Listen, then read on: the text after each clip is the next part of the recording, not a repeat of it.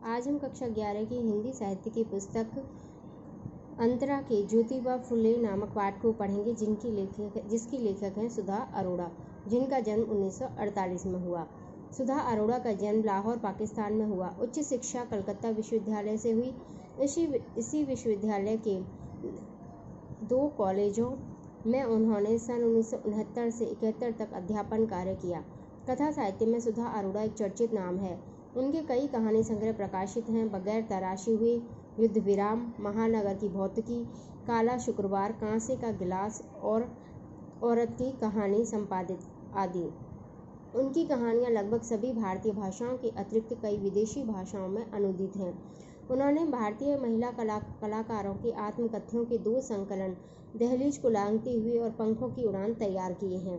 लेखन के स्तर पर पत्र पत्रिकाओं में भी बराबर उनकी सक्रियता बनी हुई है। पाक्षिक यानी 15 दिन से प्रकाशित होने वाली पत्रिका सारिका में आम आदमी, जिंदा सवाल और राष्ट्रीय दैनिक जनसत्ता में महिलाओं से जुड़े मुद्दों पर उनका साहित्यिक स्तंभ वामा बहुचर्चित रहा। महिला संगठनों के सामाजिक कार्यों के प्रति उनकी सक्रियता एवं समर्थन जारी है। महिलाओं पर ही केंद्रित औरत की दुनिया बनाम दुनिया की औरत लेखों का संग्रह है। उत्तर प्रदेश हिंदी संस्थान द्वारा उन्हें विशेष पुरस्कार से सम्मानित किया गया। सुधा अरोड़ा मूलतः कथाकार हैं। उनके यहाँ स्त्री विमर्श का रूप आक्रामक न होकर सहज और संयत है। सामाजिक और मानवीय सरोकारों को वे रोचक ढंग से विश्लेषित करती हैं।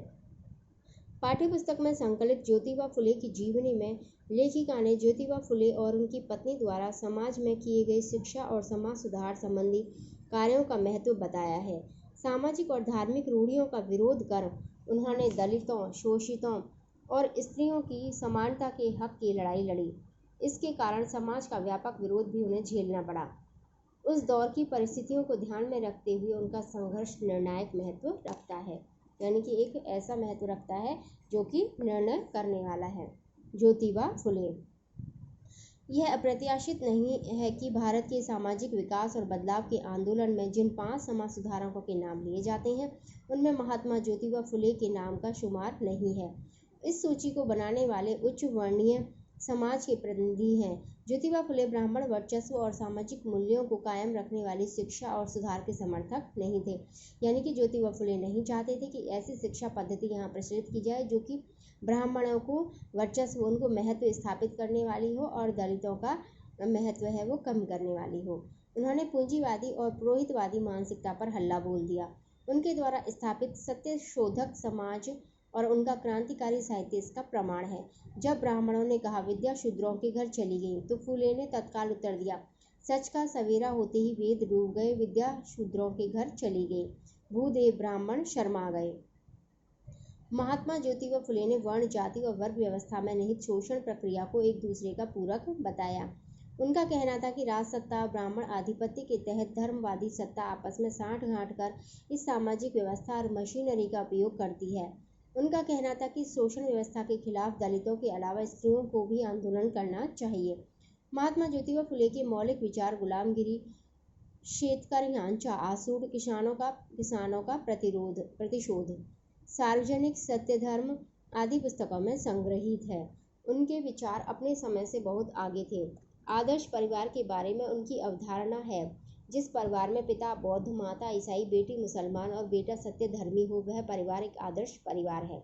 यानी कि वो जाति प्रथा को महत्व नहीं देते थे। आधुनिक शिक्षा के बारे में फुले कहते हैं, यदि आधुनिक शिक्षा का लाभ सिर्फ उच्च वर्ग को ही मिलता है तो उसमें शूद्रों का क्या स्थान रहेगा। गरीबों से कर जमा करना और उसे उच्च वर्गीय लोगों के बच्चों की शिक्षा पर खर्च करना, किसे चाहिए ऐसी शिक्षा। स्वाभाविक है कि विकसित वर्ग का प्रतिनिधित्व करने वाले और सर्वांगीण समाज सुधार न चाहने वाले तथा कथित संभ्रांत समीक्षकों ने महात्मा फुले को समाज सुधारकों की सूची में कोई स्थान नहीं दिया। यह ब्राह्मणी मानसिकता की असलियत का भी पर्दाफाश करता है। 1883 में ज्योतिबा फुले अपने बहुचर्चित ग्रंथ शेतकऱ्यांचा आसूड के उपोद्घात में लिखते हैं, विद्या बिना मति गई, मति बिना नीति गई, नीति बिना गति गई, गति बिना वित्त गया, वित्त बिना शूद्र गए, इतने अनर्थ एक अविद्या ने किए। यानी कि शूद्रों में क्या होता है, अविद्या होती है, यानी नीची जाति के जो व्यक्ति होते हैं, पहले जो माना जाता था कि ये निम्न जाति के हैं, या अछूत जाति के हैं, तो उनके यहाँ पर विद्या का कोई महत्व नहीं था, विद्या उन्हें पढ़ने की कोई अनुमति नहीं दी जाती थी। इसलिए वो कहते हैं कि जिसके पास विद्या नहीं होती उनकी बुद्धि चली जाती है, जिसके पास बुद्धि नहीं होती उसको नीति का ज्ञान नहीं होता, जिसके पास नीति नहीं होती उसकी सद्गति नहीं हो सकती, यानी वो अच्छे रास्ते पर नहीं चल सकता, और जिसकी सद्गति नहीं होती यानी जो अच्छे रास्ते पर नहीं चलता है उसके पास धन एकत्र नहीं होता, और धन के बिना शूद्र का कोई महत्व नहीं है। तो एक अविद्या ही ऐसी चीज़ है जिसने इतने सारे अनर्थ पैदा कर दिए। महात्मा ज्योतिबा फुले ने लिखा है, स्त्री शिक्षा के दरवाजे पुरुषों ने इसलिए बंद कर रखे हैं कि वह मानवीय अधिकारों को समझ ना पाए। जैसी स्वतंत्रता पुरुष लेता है वैसी ही स्वतंत्रता स्त्री ले तो पुरुषों के लिए अलग नियम और स्त्रियों के लिए अलग नियम, यह पक्षपात है। ज्योतिबा ने स्त्री समानता को प्रतिष्ठित करने वाली नई विवाह विधि की रचना की। पूरी विवाह विधि से उन्होंने ब्राह्मण का स्थान ही हटा दिया। उन्होंने नई मंगलाष्टक, विवाह के अवसर पर पढ़े जाने वाले मंत्र तैयार किए। वे चाहते थे कि विवाह विधि में पुरुष प्रधान संस्कृति के समर्थक और स्त्री की गुलामगिरी सिद्ध करने वाले जितने मंत्र हैं वे सारे निकाल दिए जाएं। उनके स्थान पर ऐसे मंत्र हों जिन्हें वर वधू आसानी से समझ सकें। ज्योतिबा ने जिन मंगलाष्टकों की रचना की उनमें वधू वर से कहती है, स्वतंत्रता का अनुभव हम स्त्रियों को है ही नहीं। इस बात की आज शपथ लो कि स्त्री को उसका अधिकार दोगे और उसे अपनी स्वतंत्रता का अनुभव करने दोगे। यह आकांक्षा सिर्फ वधू की ही नहीं, गुलामी से मुक्ति चाहने वाली हर स्त्री की थी। स्त्री के अधिकारों और स्वतंत्रता के लिए ज्योतिबा फुले ने हर संभव प्रयत्न किए। 1888 में जब ज्योतिबा फुले को महात्मा की उपाधि से सम्मानित किया गया तो उन्होंने कहा, मुझे महात्मा कहकर मेरे संघर्ष को पूर्ण विराम मत दीजिए। यानी आपने मुझे महान आत्मा कह दिया तो मैं क्या, मेरे अंदर हो सकता है कि अहंकार आ जाए कि मैं महान आत्मा हूँ और मैं जो इस संघर्ष के रास्ते पर चल रहा हूँ मैं उससे विरत हो जाऊँ। जब व्यक्ति मठाधीश बन जाता है तब वह संघर्ष नहीं कर सकता, इसलिए आप सब साधारण जन ही रहने दें, मुझे अपने बीच से अलग न करें। महात्मा ज्योतिबा फुले की सबसे बड़ी विशेषता यह थी कि वो जो कहते थे उसे अपने आचरण और व्यवहार में उतार कर दिखाते थे। इस दिशा में अग्रसर उनका पहला कदम था अपनी पत्नी सावित्रीबाई को शिक्षित करना। ज्योतिबा ने उन्हें मराठी भाषा ही नहीं अंग्रेजी लिखना, पढ़ना और बोलना भी सिखाया। सावित्रीबाई की भी बचपन में से शिक्षा में रुचि थी और उनकी ग्राह्य शक्ति यानी ग्रहण करने की शक्ति तेज थी। उनके बचपन की एक घटना बहुत प्रसिद्ध है। 6-7 साल की उम्र में वे हाट बाजार अकेली ही चली जाती थी। एक बार सावित्री शिखल गांव के हाट में गई। वहां कुछ खरीदकर खाते खाते उसने देखा कि एक पेड़ के नीचे कुछ मिशनरी स्त्रियां और पुरुष गा रहे हैं। एक लाट साहब ने उसे खाते हुए और रुककर गाना सुनते देखा तो कहा, इस तरह रास्ते में खाते खाते घूमना अच्छी बात नहीं है। सुनते ही सावित्री ने हाथ का खाना फेंक दिया।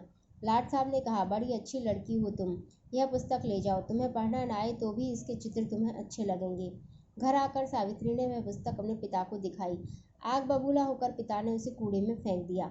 ईसाइयों से ऐसी चीजें लेकर तू भ्रष्ट हो जाएगी और सारे कुल को भ्रष्ट करेगी, तेरी शादी कर देनी चाहिए। सावित्री ने वह पुस्तक उठाकर एक कोने में छुपा दी। सन 1840 में ज्योतिबा फुले से विवाह होने पर वह अपने सामान के साथ उस किताब को सहेजकर ससुराल ले आई और शिक्षित होने के बाद वह पुस्तक पढ़ी। धन्यवाद।